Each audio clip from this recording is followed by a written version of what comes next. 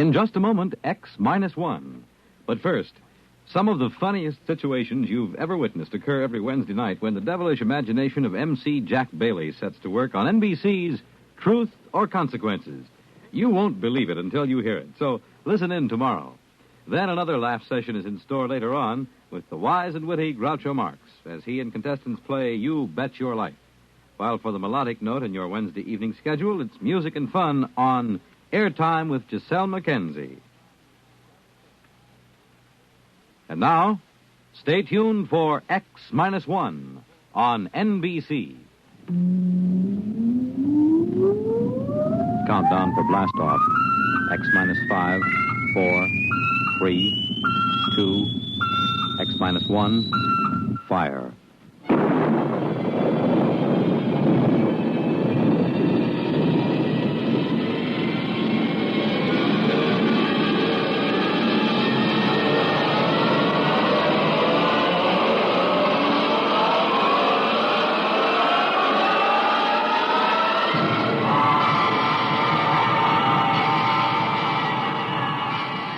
From the far horizons of the unknown come transcribed tales of new dimensions in time and space. These are stories of the future, adventures in which you'll live in a million, could be years, on 1,000 maybe worlds. The National Broadcasting Company, in cooperation with Galaxy Science Fiction Magazine, presents X minus one.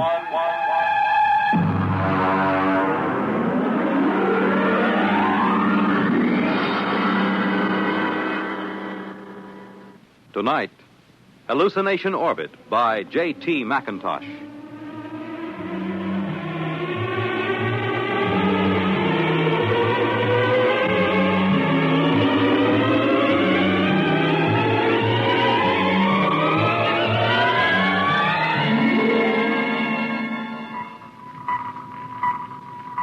Mr. Chaka. Sir? Stand by to release pickup rocket. Yes, sir. We'll break orbit in 8 hours, have damage control pull the rods on the number 3 pile. Check leakage. Yes, sir. Try and have the locks cleared of all unessential personnel when that pickup rocket comes back. There's no point in making trouble. I understand, sir. Pickup rocket away, sir. Very well. Take over, Mr. Chaka. I will be in my quarters if I'm wanted.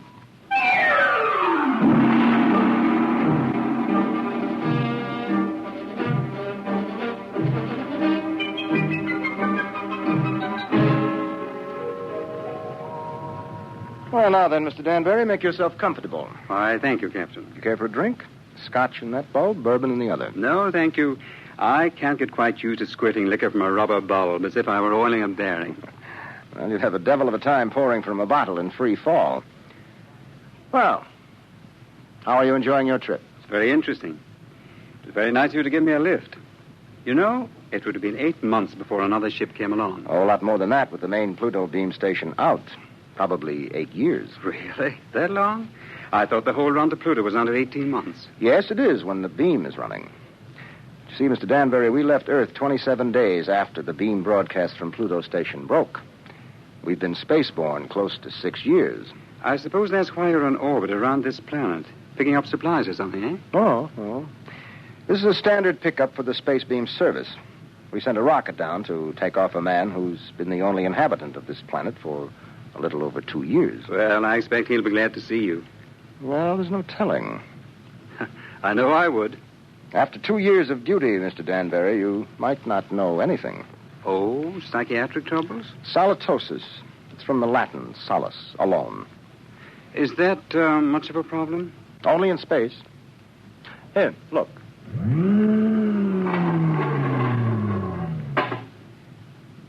Look through that port. Seems empty. It is. It's empty of horizon, sky, sunlight, ground. It's empty of time. It's empty of people. You can't live in it too long without something happening. I see. But surely people have been alone before spaceflight. Oh, yes, but they have been on the same world with other people. And that seems to make a difference. You take a hermit on Earth, he may spend his life trying to escape civilization. Put him on a deserted world, he turns psychotic. Is there a cure? Oh, sure. Put him back with people. At least about 40 people. That seems to be the critical number. See, I have 48 in this ship's complement. I could run her with about 18. But if I tried to, I'd have psychos on my hands 6 months after blastoff. But then every one of these men on the beam stations, they're all alone, aren't they? That's right. Well, then they must get it. They do. It wouldn't pay to leave more than 40 men on a space station. And less than 40 is too dangerous. Solitosis can be homicidal. So they leave one man. Now, he gets it all right. But you can snap him out of it just by taking him back to Earth. That's why I like to have as few people as possible around when the pickup ship comes back. It can be pretty unpleasant. And what are they like? How does it affect them? Well, so far, I've picked up about 28 space station officers. I've seen 28 different sets of symptoms. I wouldn't want the job of getting those guys out of their stations and into that pickup rocket. Captain here. Pickup rocket. Signaling, sir. All right, Mr. Chalker, prepare to receive the pickup. Alert the psychiatric staff, and I'll be right there. Would you care to see them bring them in, Mr. Danbury? You're welcome if you have a strong stomach. I don't think so, thank you. All right. Mr. Chalker, as soon as the rocket is secured, make a trajectory for the next station. Yes, sir. That's Pluto Station 3. Carry on. Oh. Pluto Station 3. That will be a honey of a job. He has been on that lump of rock all by himself for close to 6.5 years.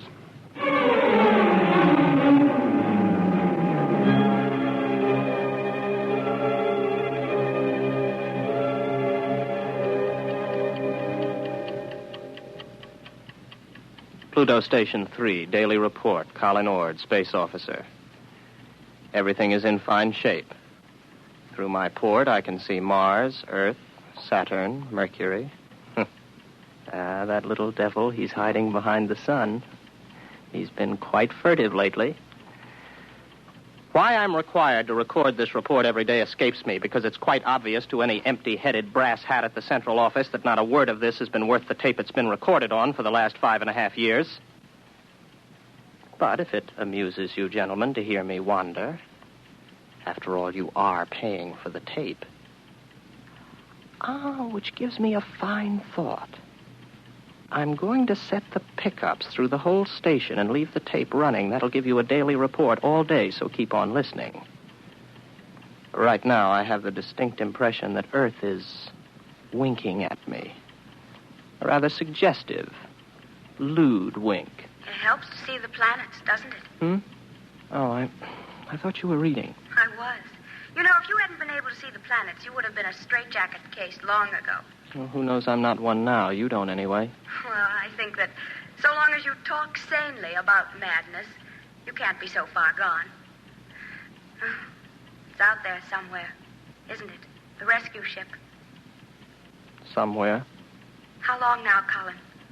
Where could they be now if they started whenever the beam failed? I haven't worked it out since the last time you asked, but they could be very close.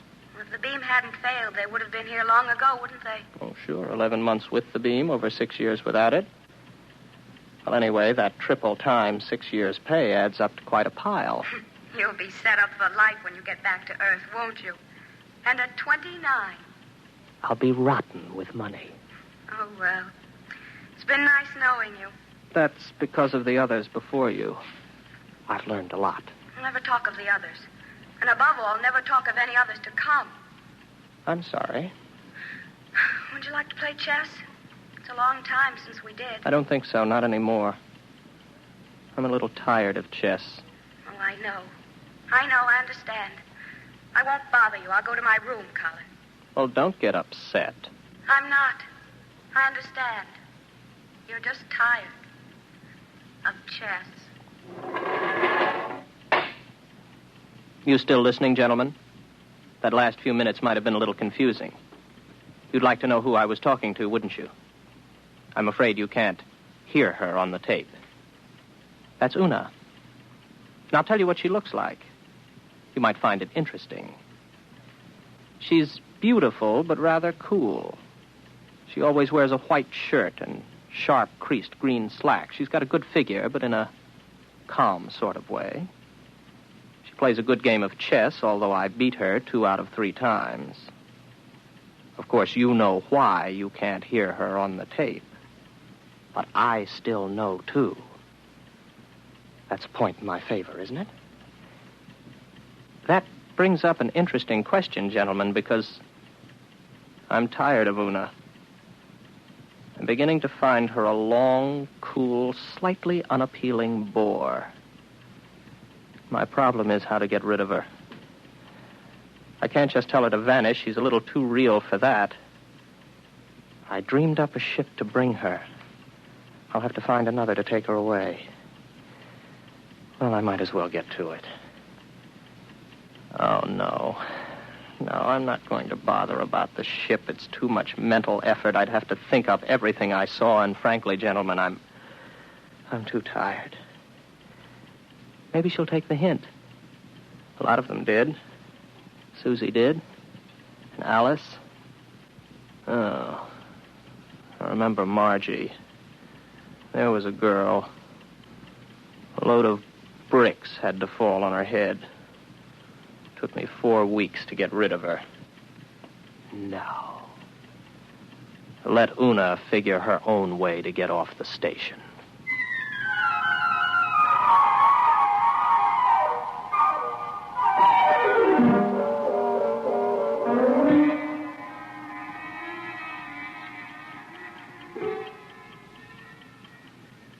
Well, she's gone. I thought she might. Her ship's gone, too. Well, all in all, I don't think Una was really very satisfactory. One of these days, I'll start believing in them, and I'll be really gone. Well, if I activate the main screens now, I'll see a ship coming in to land pretty soon. Every once in a while, I have a thought that when the ship really comes, I'll think it's make-believe. Yes, there it is. A small ship curving in for a landing. I suppose I could check on the detectors.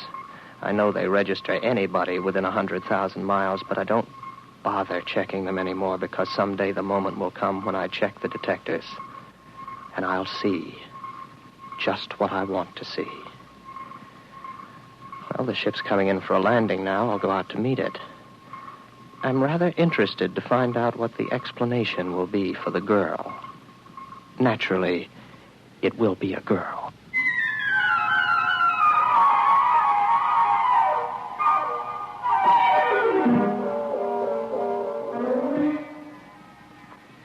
It's all right. You can take your helmet off.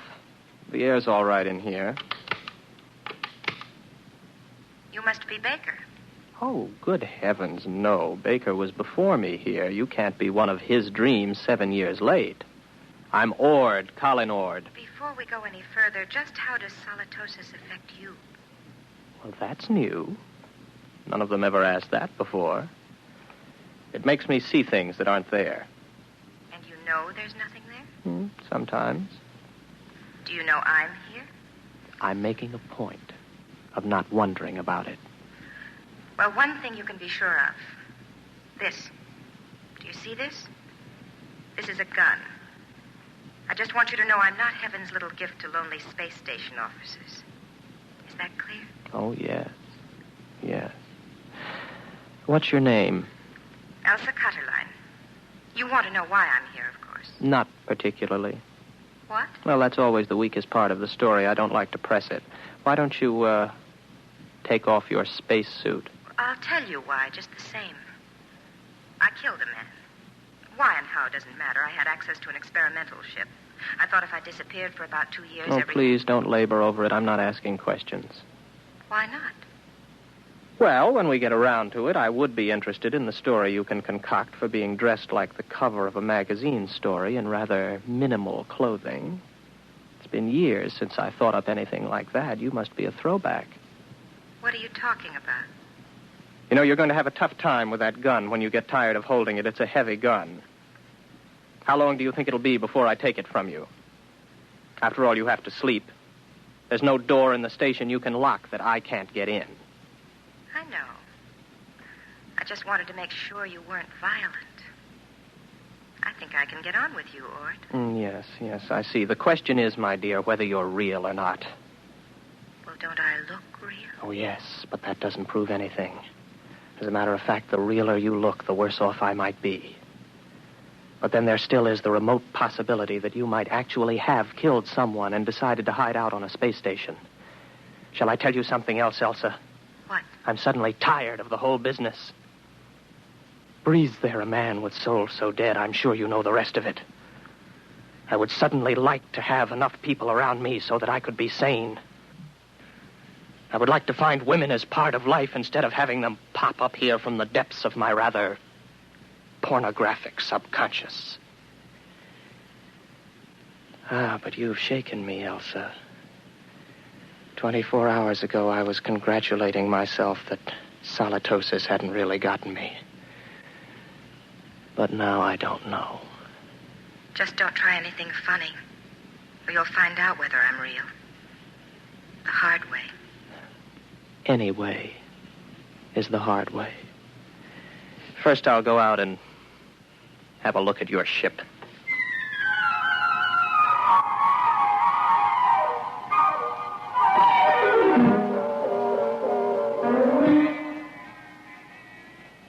£14 per square inch air. Heat. Now, I take a gasoline lighter. There, the flame lights. But on the other hand, if there was no lighter and I see it, I could also see it burn when there isn't any air. As a matter of fact, how do I know that I can read a meter for air pressure? And now that I look again quickly, I find I haven't got a lighter in my hand, and as a matter of fact, the pressure meter reads 0. There's no air on this ship. As a matter of fact, there isn't any ship. Elsa is no more real than Una. All right, Colin, old boy, sit here and concentrate for about 15 minutes, and you'll be able to walk through the walls of the ship.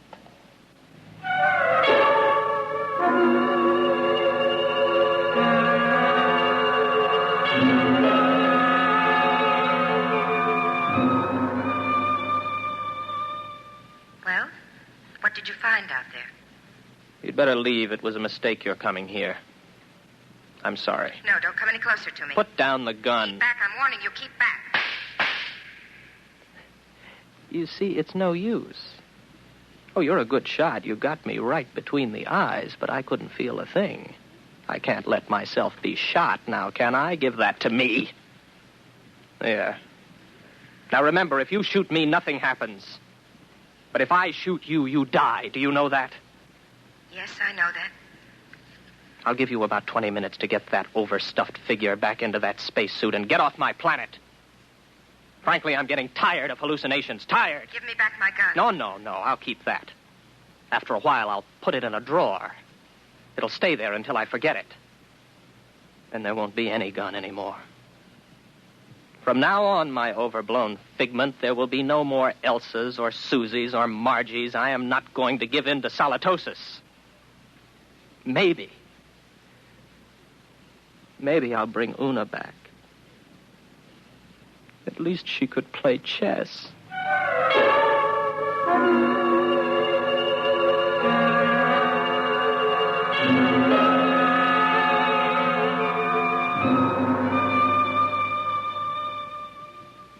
Pluto Station 3, Daily Report, Colin Ord, Space Officer.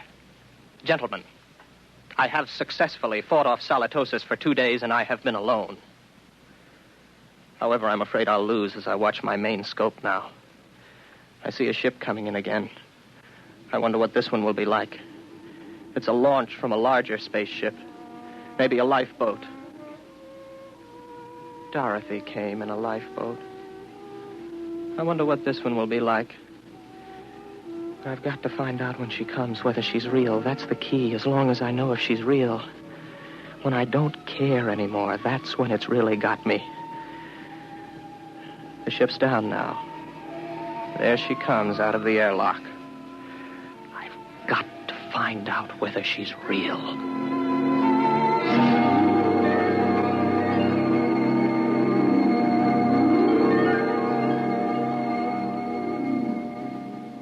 Colin Ord. That's right. I'm Dr. Lynn of 4-Star Lines. Marilyn Lynn. Oh, well, very pretty.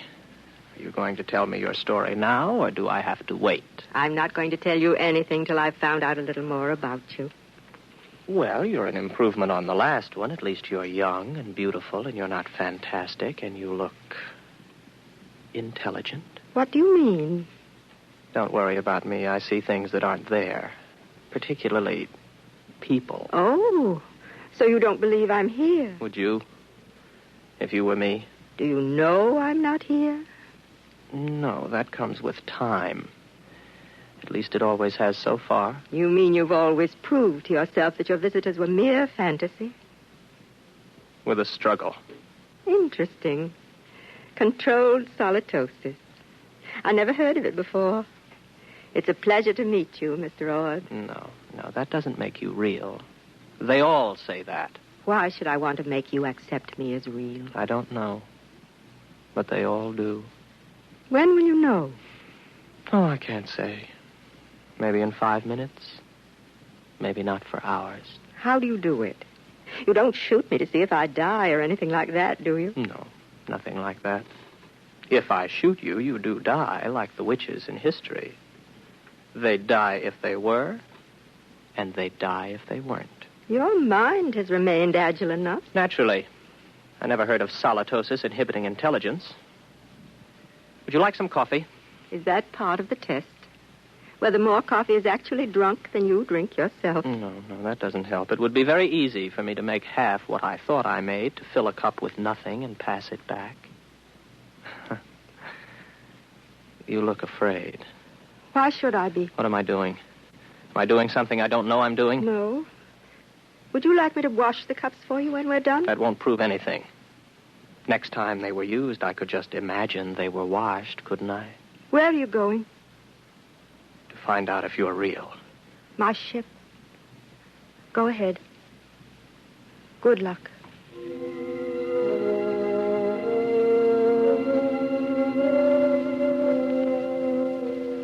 What's she afraid about? Something I said. None of the others were really afraid of me. I can't tell yet. Nothing's happened. The meters all read 15 pounds to the square inch air pressure, but that's no good. I can't tell if I'm reading them at all. Oh. Well, the wall's solid enough. My hand hurts. That doesn't prove anything. Supposing I open my faceplate. If there's no ship and no air... All right, my faceplate's open. I'm breathing air. But then again, on the other hand, my faceplate may still be closed. Maybe I only think it's open. I can't tell. I can't tell that she isn't real. That means it's finally gotten me. It gets everyone. I don't really know if anything's real, if I'm real, if this space station is real, the planet, the universe, the galaxy. Maybe all life is in my mind. I think. Therefore I am. Yes, I remember that from school. Oh, I'm tired. I got to get back to the station. Very tired. Close my faceplate, if I ever opened it. To get back to the station. Got a headache. Terrible headache. I'm very tired.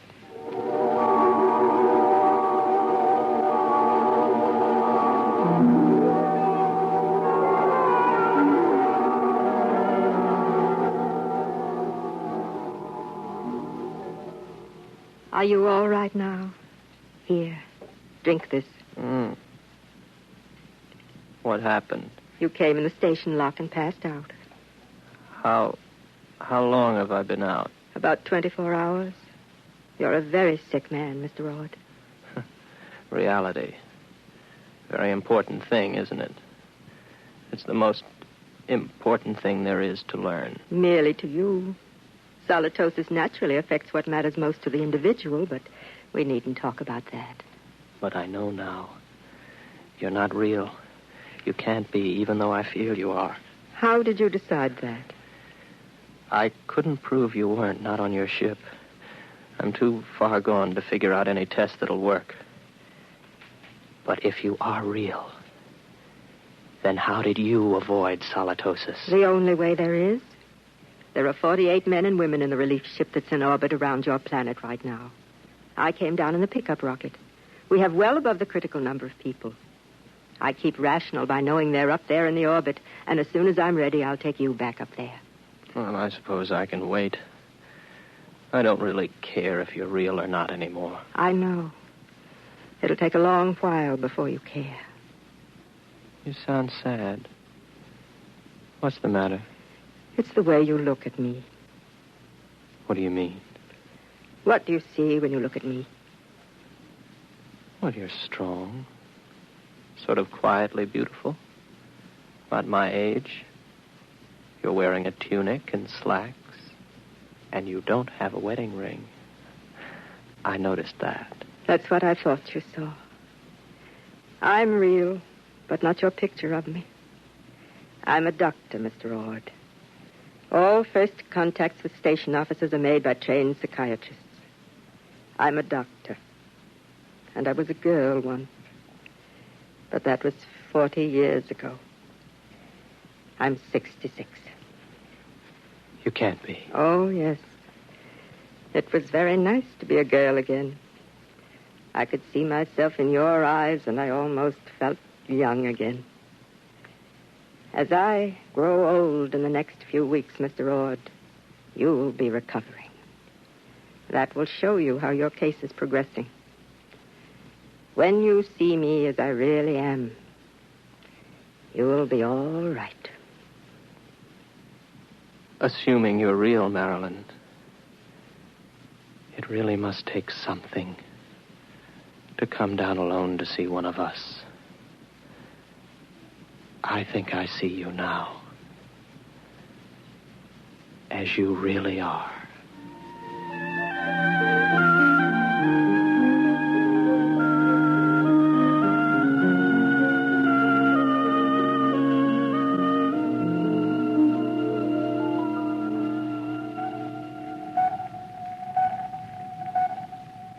Captain, Yes, Mr. Chaka. pickup rocket all secured from Pluto number 3. How is the poor fellow? Good as can be expected. He came on board with Dr. Lynn. Uh-huh. I'm telling you, these guys throw me. There he was, holding her hand, looking in her eyes like he was in love with her. And you know what a dried-up old bat she is? Yes, I know. All right, Mr. Chaka. Prepare to blast off.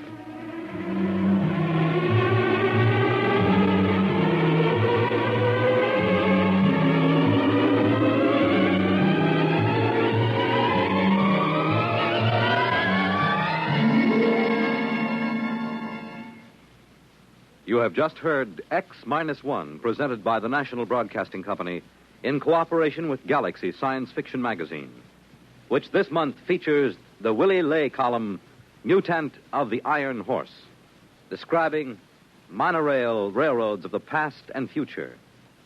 Galaxy Magazine, on your newsstand today. Tonight, by transcription, X-1 has brought you Hallucination Orbit, a story from the pages of Galaxy written by J.T. McIntosh and adapted for radio by Ernest Kenoy. Featured in the cast were William Redfield, John Larkin, Vera Allen, John Moore, Terry Keane, Dick Hamilton, and Hope Rissman. Your announcer, Fred Collins. X-1 was directed by Daniel Sutter and is an NBC Radio Network production.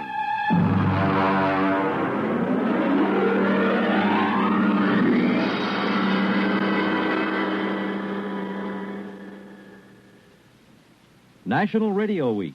Recollections at 30 salutes Radio Tonight on NBC.